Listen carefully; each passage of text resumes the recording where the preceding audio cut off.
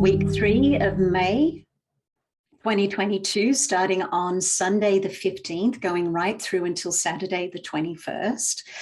We begin the week in that deep Scorpio energy, which is preparing us for the full moon lunar eclipse in Scorpio happening on Monday the 16th. Now, we will feel these energies prior to that, and maybe even a little bit more than a day or two beforehand, because this is eclipse energy. And once again, eclipse energy being fated endings, destined new beginnings. And also amplifying, right? Like, I think, yes, like, I mean, you've said this already, but just it'll amplify even the concept of the full moon, right? Like in Scorpio, like it'll that's just right. amplify all of that as well.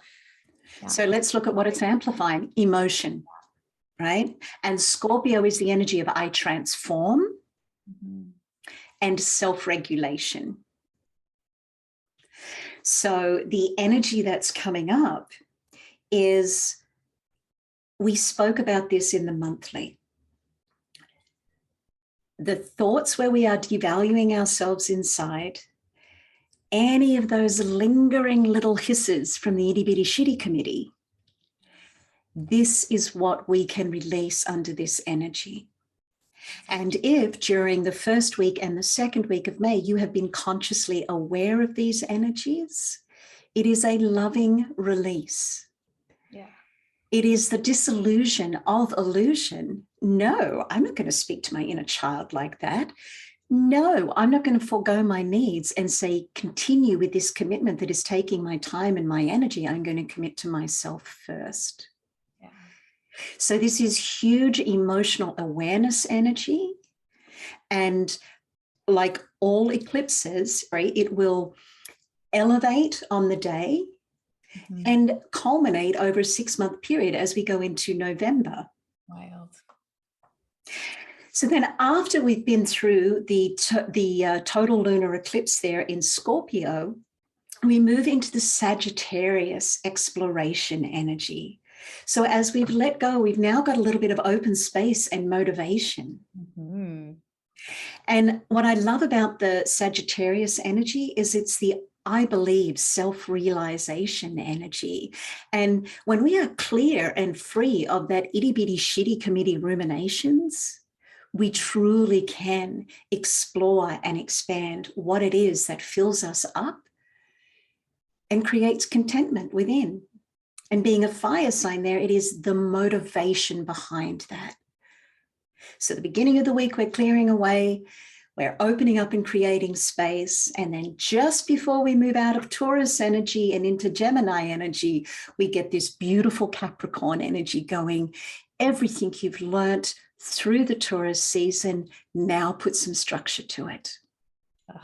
Yeah.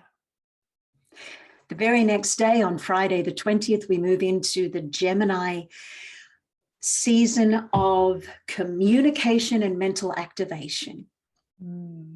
So on that day, the sun moves out of Taurus, clicks into Gemini, Gemini being the sign of the twins, the consciousness of I think, which embodies our self-awareness. Picture it this way. We've just gone through these 2 eclipses which have initiated deep change. And now we are moving into Gemini to change the way we think about ourselves and our future. Followed by all of this beautiful Gemini energy, we are supported then with Aquarian energy of holding that emotional note. And then that leads us into the 4th week of May. Nice. So, Jen, what's our card?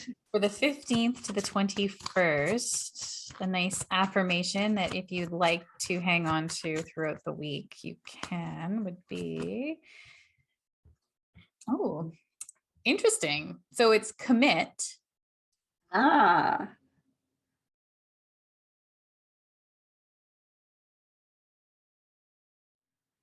I commit to taking care of myself first. I clearly define my needs, wants, and desires, and I choose to commit to daily self-reflection time. Interesting. Know what that says to me? Yeah. A Tell me. culmination energy of the first 2 weeks of May. That's kind of what I felt, because it feels like, um I like the culmination word there. It feels like a new regrouping, like a I want to say a new beginning, kind of is what that feels Yeah. like. A new commitment. But um the commitment always is to take care of our needs first. So maybe also just a little reminder there, right? Of defining, knowing what your need, wants, and desires are. And I think, yeah, anyways, interesting. Just another little download I'm getting there at the moment too is our commitment after the eclipses being fated endings, destined new beginnings. That's the new beginning. Yeah. It's the commitment to the new beginnings. It's the commitment to restructuring what we know doesn't work and moving into what does. And as we know, the first commitment we ever have to make is, where are our thoughts? Exactly. And that's what I was just thinking too. If it's the very first of Gemini season beginning, that kind of makes sense. So cool. Commit. We've just spent, we've spent April and the half part of May clearing up and clearing out any devaluing thoughts in our mind, Yeah. preparing us to be in the heightened awareness, the self-awareness of Gemini season. So once again, such a beautiful connection of energies. Awesome.